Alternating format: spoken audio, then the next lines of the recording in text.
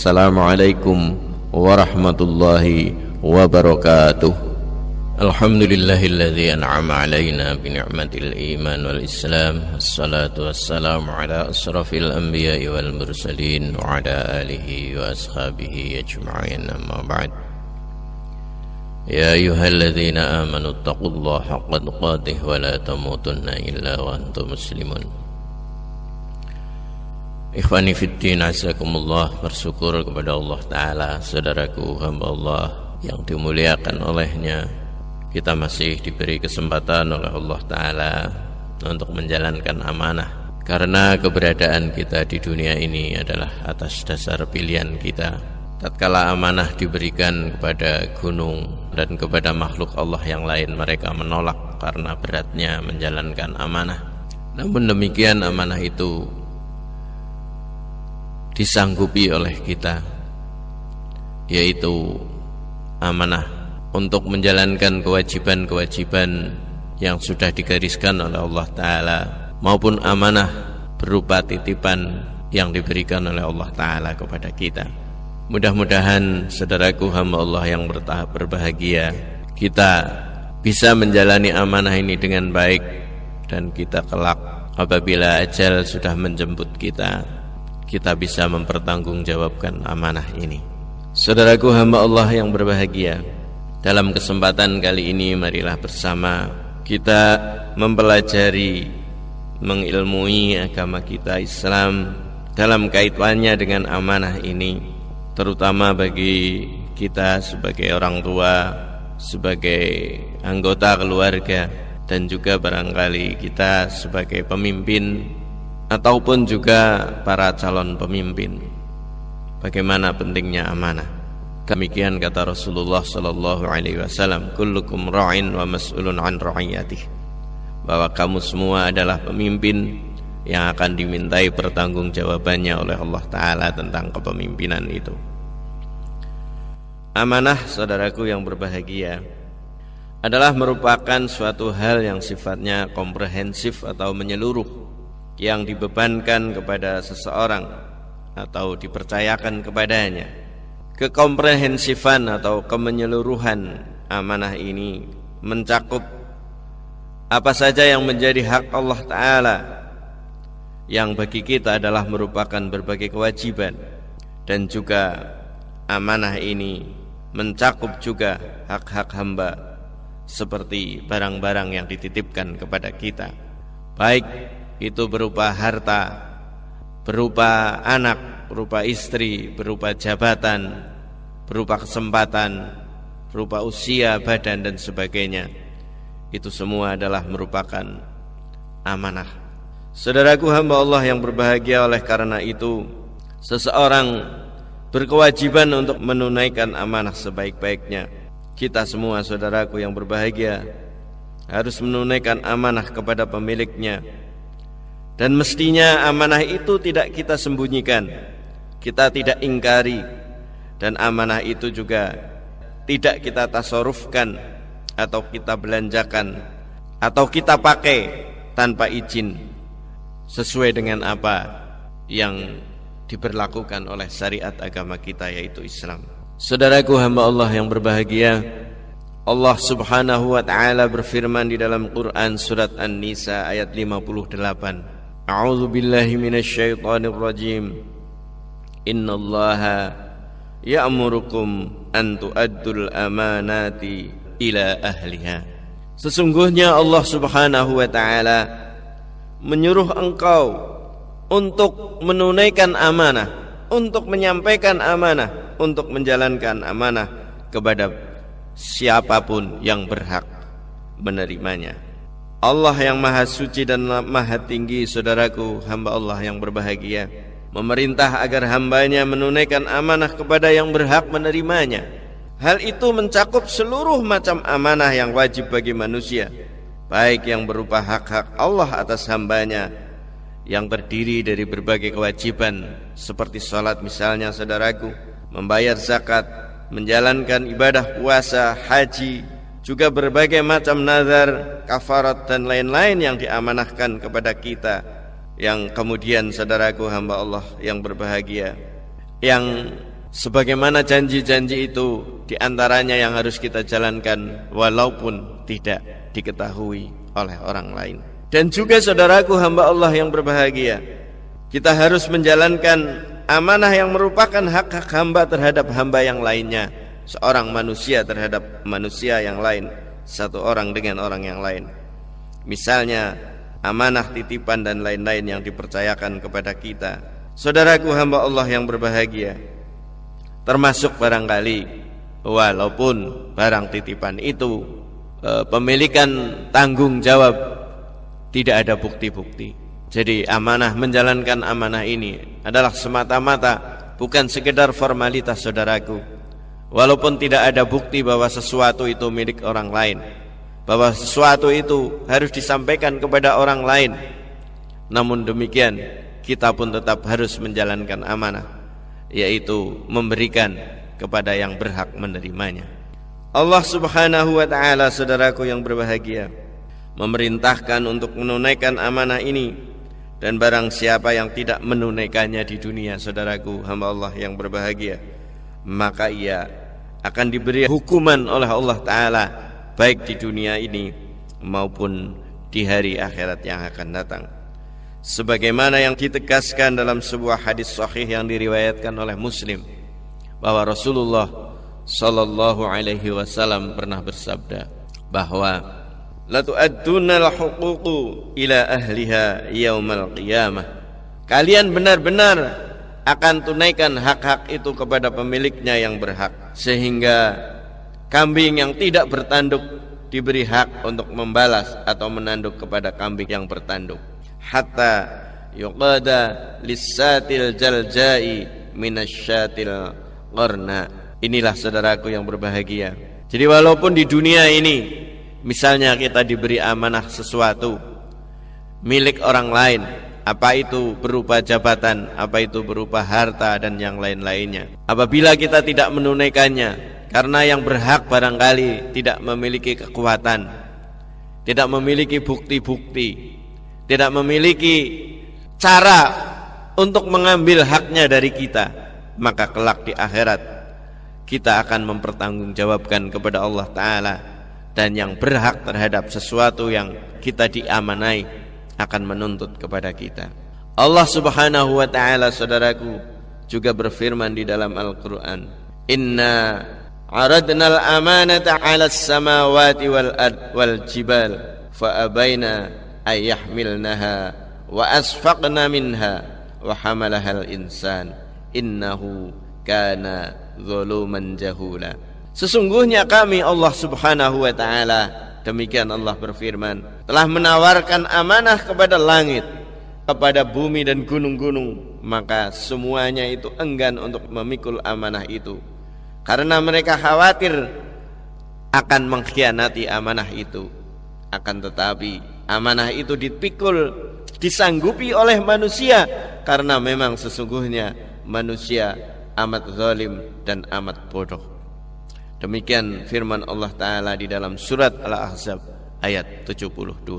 Saudaraku hamba Allah yang berbahagia, Allah Subhanahu wa ta'ala memberitahukan melalui ayat ini bahwa Allah sudah pernah menawarkan kepada langit, kepada bumi dan gunung-gunung untuk menjalankan amanah agama, dan Dia Allah Ta'ala akan menjadikan bagi mereka, langit, bumi dan gunung, balasan berupa pahala ataupun siksaan, serta mengamanati agama itu kepada mereka.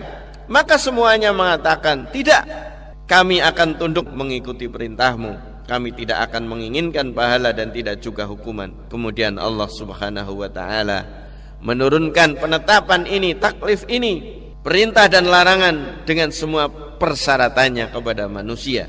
Jika mereka menunaikannya, maka mereka akan diberi pahala, dan jika mereka mengabaikannya, mereka akan memperoleh siksa. Maka mereka, manusia itu saudaraku yang berbahagia, menerima amanah ini dengan segala kelemahan, kebodohan dan kezalimannya, kecuali kalau dia betul-betul minta tolong kepada Allah Ta'ala. Kalau memang pada dasarnya manusia adalah zaluman jahula, mempunyai insting, mempunyai gharizah, mempunyai pembawaan untuk berbuat zalim, yaitu mengingkari amanah dan mereka memang betul-betul bodoh. Sehingga inilah saudaraku hamba Allah yang berbahagia, kita yang berkedudukan berfungsi sebagai khalifah Allah di atas bumi ini, dan juga para pemimpin yang di bawah mereka terletak nasib, terletak penghidupan. Tidak mungkin mereka akan memperolehnya dari pemimpin ini tatkala pemimpin ini adalah orang-orang yang tidak beriman, tatkala pemimpin ini sama sekali tidak pernah berhubungan dengan Allah Subhanahu wa taala, tatkala pemimpin ini tidak pernah meminta pertolongan kepada Allah taala agar dia bisa menjalankan amanahnya dengan sebaik-baiknya. Karena sekali lagi saudaraku, manusia itu zuluman jahuda, adalah orang-orang yang berperilaku, punya insting, punya gharizah, punya kecenderungan untuk berbuat zalim, berbuat aniaya, dan juga mereka itu bodoh atau jahil. Saudaraku hamba Allah Subhanahu wa taala, Rasulullah sallallahu alaihi wasallam, beliau dalam hal ini pernah bersabda sebagaimana yang diriwayatkan oleh Abu Hurairah. Beliau berkata, anna Rasulullah qol, sesungguhnya Rasulullah sallallahu alaihi wasallam pernah berkata, ayatul munafiq salas. Rasulullah menggambarkan bagaimana orang-orang yang munafik itu dalam hubungannya dengan amanah ini, bahwa tanda-tanda kemunafikan ada 3. Demikian kata Rasulullah, idza haddatsa kadzaba, apabila seseorang berkata maka dia itu bohong. Kemudian wa idza wa'ada ahlafa, apabila dia berjanji maka dia tidak akan pernah menepatinya. Wa idza tumina khana, dan apabila dia diberi amanah dia akan berkhianat. Saudaraku hamba Allah yang berbahagia, kita sebagai orang tua barangkali pernah menjanjikan kepada istri kita, kepada suami kita, kepada anak-anak kita, dan kita juga pernah berkata, dan juga kita diberi amanah oleh Allah Subhanahu wa taala. Apakah perkataan kita itu sudah benar? Tidak hanya sekedar pemanis bibir berapa, tidak hanya sekedar agar orang terlena dengan omongan kita, agar orang lain mau menuruti kata-kata kita dengan kata-kata yang manis, padahal sebenarnya itu penuh kebohongan. Atau barangkali kita pernah berjanji, atau barangkali kita diamanai sesuatu, maka apabila ketiganya ini tidak ditunaikan, maka kita sudah termasuk orang yang disebut munafik. Na'udzubillahi min dzalik. Saudaraku hamba Allah yang berbahagia, jangan pernah kita merasa ringan tatkala kita dicap munafik oleh Allah Subhanahu wa taala dan oleh Rasulullah sallallahu alaihi wasallam. Jadi sekarang ini saudaraku hamba Allah yang berbahagia, di tengah-tengah pergantian kepemimpinan ini, Masya Allah, banyak orang yang berkata indah, seolah-olah udara diisi dengan suara-suara orang yang berjanji, seolah-olah semua stasiun TV diisi oleh orang-orang yang mengumbar janji-janji. Dan mulai hari ini saudaraku yang berbahagia, banyak orang berjanji. Ketahuilah wahai orang-orang yang banyak berkata dan banyak janji dan banyak akan berusaha untuk memegang amanah, berhati-hatilah, karena jangan-jangan kita akan dicap munafik oleh Rasulullah dan oleh Allah Subhanahu wa taala. Na'udzubillah min dzalik. 3 yang menjadi ciri kemunafikan tadi saudaraku yang berbahagia. Yang pertama adalah apabila seseorang berkata dia bohong, apabila dia berjanji tidak pernah ditepati, dan apabila dia memperoleh amanah maka dia akan berkhianat. Hari ini saudaraku hamba Allah yang berbahagia, betapa banyaknya orang yang sudah menjalankan ketiga hal ini, sehingga secara tidak langsung atau dilihat dari tanda-tanda dan ciri-cirinya, sebenarnya sudah sedemikian banyaknya orang munafik yang ada di tengah-tengah kita. Dan na'udzubillah saudaraku yang berbahagia, marilah kita introspeksi diri, barangkali diri kita juga sudah termasuk di dalamnya. Sekali lagi na'udzubillahi min dzalik. Saudaraku hamba Allah yang berbahagia, hendaklah kita semua merasa khawatir dan takut betapa sebenarnya beratnya penderitaan yang akan diterima oleh orang-orang yang berperilaku munafik. Yang pertama, saudaraku yang berbahagia, kita di dunia ini tatkala kita berperilaku munafik, yaitu tatkala kita berkata bohong, tatkala kita berjanji tidak pernah ditepati, tatkala kita diberi amanah kita khianat, maka di dunia ini pasti kita, yang pertama diri kita sendiri, hati kita akan menjadi sakit. Kemudian yang kedua, kita akan dibenci oleh orang. Kemudian yang ketiga, kita akan dijauhi oleh orang-orang di sekitar kita. Boleh jadi orang sering lupa terhadap janji-janji kita, kemudian kita beri dengan janji-janji yang baru, kemudian mereka percaya lagi. Tapi apakah seterusnya akan percaya begitu saja dengan kita? Padahal saudaraku hamba Allah yang berbahagia, orang tua kita pernah menyatakan bahwa sekali lancung keujian, seumur hidup orang tidak akan percaya. Inilah bahayanya munafik, karena kita tidak menjalankan amanah, bahwa kita akan disestempel oleh orang sebagai pembohong, sebagai pengumbar janji belaka, sebagai orang-orang yang berkhianat. Dan Masya Allah saudaraku yang berbahagia, hati kita akan menjadi sakit tatkala kita berperilaku munafik ini. Disebutkan di dalam Al-Quran surat Al-Baqarah ayat 10, A'udzubillahi minasyaitonirrajim, fi qulubihim maradun fazadahumullahu marada walahum adzabun alim bima kanu yakdzibun. Inilah saudaraku hamba Allah yang berbahagia, Allah menyatakan bahwa orang-orang yang munafik di dalam hatinya ada penyakit, dan Allah bagi orang-orang yang munafik ini akan menambah-nambah penyakitnya itu. Sehingga sebenarnya saudaraku hamba Allah yang berbahagia, orang yang munafik itu orang yang bicaranya bohong, orang yang janjinya tidak pernah ditepati, dan orang yang berkhianat terhadap amanah yang dia mencoba menyanggupinya. Sebenarnya hatinya sakit saudaraku yang berbahagia, dia tidak pernah merasa tenteram. Padahal sebenarnya saudaraku yang berbahagia, kehidupan ini yang kita cari adalah ketenangan hati, ketenangan jiwa, kebahagiaan yang hakiki.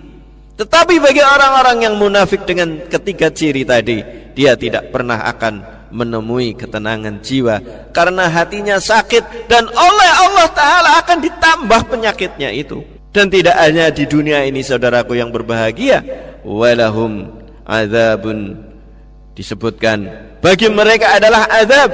Bukan sekedar azab, bukan sekedar siksa, tapi alim yang luar biasa besarnya, bima kanu yakdzibun, karena mereka sudah berbohong. Saudaraku hamba Allah yang berbahagia, jangan pernah merasa bahwa lah saya sih sudah sholat ini, bohong-bohong dikit ya ndak apa-apa, saya juga puasa, saya juga sudah zakat, sudah naik haji dan sebagainya. Ya masa orang akan memilih saya kalau saya ndak bicara yang manis-manis.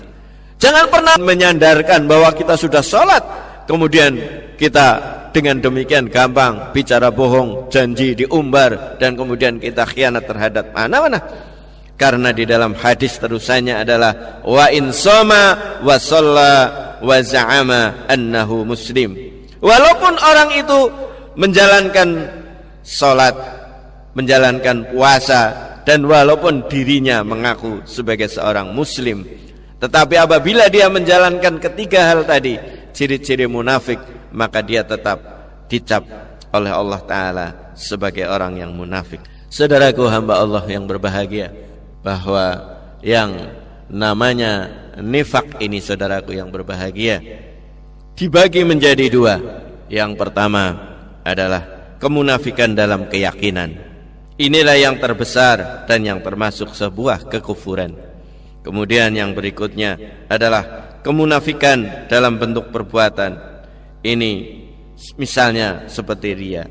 Jadi orang munafik adalah orang yang memperlihatkan keislaman dirinya kepada para pemeluknya dan menyembunyikan kebalikannya. Saudaraku hamba Allah yang berbahagia, dari hadis ini tentang ciri-ciri orang-orang munafik, maka bisa kita katakan bahwa ketiga hal itu sudah cukup. Sebab ketiganya mengingatkan tanda-tanda lainnya yang menunjukkan kerusakan, bahwa kalau orang sudah cacat bicaranya, sudah cacat janjinya, dan sudah cacat amanahnya, maka semuanya juga akan menjadi rusak. Karena ketiganya adalah merupakan perwakilan dari amal lisan, amal hati, dan amal perbuatan, yaitu ucapan, perbuatan, dan niat. Dan disebutkan saudaraku yang berbahagia bahwa kerusakan ucapan itu terletak pada dusta, kerusakan perbuatan terletak pada pengkhianatan, dan kerusakan pada niat terletak pada pengingkaran. Barang siapa saudaraku yang berbahagia di dalam dirinya telah menyatu sifat-sifat tadi, yaitu apabila berkata dusta, apabila berjanji mengingkari, dan apabila diberi amanah dia khianat, maka dia sudah masuk dalam kategori munafik yang pengakuannya sebagai muslim tidak lagi bermanfaat. Kemudian saudaraku yang berbahagia, kebalikannya, bahwa jujur dalam berkata, menepati janji, dan menunaikan amanah adalah merupakan sesuatu yang wajib. Jadi sekali lagi, marilah kita saling introspeksi diri, jangan mudah mengumbar janji agar orang punya simpati dan empati kepada kita, agar orang menganggap kita ini orang yang baik. Seorang muslim saudaraku, dari hadis tadi bisa kita simpulkan, hendaknya selalu menyesuaikan ucapannya dengan perbuatannya. Dan kesimpulan dari hadis tadi bahwa salat dan puasa adalah merupakan ibadah yang menggembleng dan menyucikan diri serta mengajak kepada akhlak yang terpuji. Sehingga saudaraku hamba Allah yang berbahagia, tatkala orang yang sudah menjalankan salat, puasa, zakat, haji dan sebagainya, tapi tetap menjalankan 3 ciri-ciri sebagai orang yang munafik, maka mestinya salatnya dan ibadah yang lain itu harus lebih diperbaiki lagi. Karena memang saudaraku hamba Allah yang berbahagia, sebagaimana yang difirmankan oleh Allah Ta'ala, inna sholata tanha 'anil fahsya'il wal munkar. Apabila seorang hamba menjalankan sholat dengan sebenar-benarnya, maka sholatnya itu akan mengarahkan si musallin, orang yang menjalankan sholat tadi, untuk meninggalkan hal-hal yang keji dan yang mungkar, termasuk perilaku-perilaku munafik yang ciri-cirinya adalah 3 hal tadi. Saudaraku hamba Allah yang berbahagia, inilah barangkali yang mestinya kita harus perhatikan betul, bahwa amanah bukan sesuatu yang ringan, tetapi harus dipertanggungjawabkan kepada Allah Subhanahu wa ta'ala. Berikutnya saudaraku hamba Allah yang berbahagia, tentang amanah ini, Rasulullah sallallahu alaihi wasallam pernah menyatakan bahwa amanah itu telah merasuk ke dalam hati orang-orang. Kemudian turun ayat dan dalam Al-Quran, sehingga mereka mengetahui amanah itu dari Al-Quran dan dari Sunnah, bahwa sesungguhnya sesuai dengan sabda Rasulullah sallallahu alaihi wasallam, semua orang di dalam hatinya sebenarnya di satu sisi seperti tadi bersifat zalim dan jahil, tetapi di dalam dirinya juga sebenarnya sudah ada hati nurani, bagaimana kecenderungan untuk menjalankan amanah. Dalam hal ini disebutkan, annal amanata nazzalat minas sama'i fi jidri qulubir rijal wa nazalal qur'an faqra'ul qur'an wa'allimu minas sunnah. Bahwa yang namanya amanah itu sudah masuk ke dalam lubuk hati sanubari manusia. Kemudian setelah itu diingatkan kembali dengan turunnya Al-Quran, dan diingatkan kembali sehingga manusia tahu amanah ini dengan berbagai sunnah atau ajaran-ajaran Rasulullah sallallahu alaihi wasallam. Akan tetapi saudaraku hamba Allah yang berbahagia, dengan berbagai aktivitas kita disibukkan dan dilenakan, sehingga amanah yang ada dalam hati kita, dalam sanubari kita, lama-kelamaan akan menjadi hilang. Dinyatakan oleh Rasulullah bahwa seseorang sedang tidur sejenak, kemudian dicabutlah amanah itu dari dalam hatinya, sehingga bekasnya hanya tersisa sedikit saja. Lalu dia tidur sejenak lagi, maka dicabutlah amanah dari dalam hatinya, sehingga bekasnya hanya titik-titik saja, seperti bara api yang digelindingkan di atas kakimu, maka timbullah bengkak yang engkau melihatnya tidak terdapat apa-apa. Itulah ibarat Rasulullah sallallahu alaihi wasallam tentang amanah ini. Dan insya Allah di kesempatan yang akan datang akan kita bahas bagaimana sebenarnya pada saat ini, sebagaimana yang ada dalam kandungan hadis yang baru saja kita baca tadi.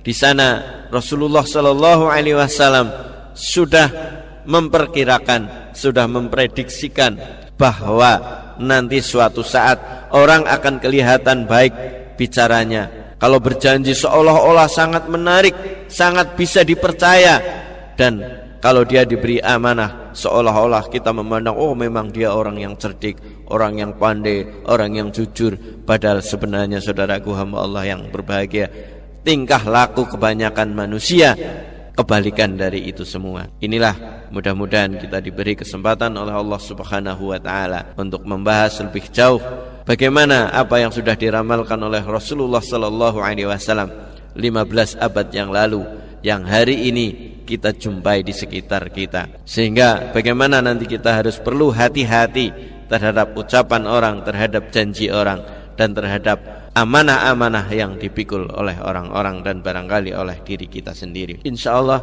mudah-mudahan kita diberi kesempatan untuk mengkajinya di waktu yang akan datang. Demikianlah, apabila ada kekeliruan dan kesalahan mohon dimaafkan, dan marilah kita bersama-sama berdoa kepada Allah Ta'ala apabila dalam majelis kita ada kekeliruan dan kesalahan, diampunkan olehnya. Subhanakallahumma wa bihamdik, asyhadu an la ilaha illa anta, astaghfiruka wa atubu ilaik. Wal afu minkum, billahi taufiq wal hidayah. Assalamualaikum warahmatullahi wabarakatuh.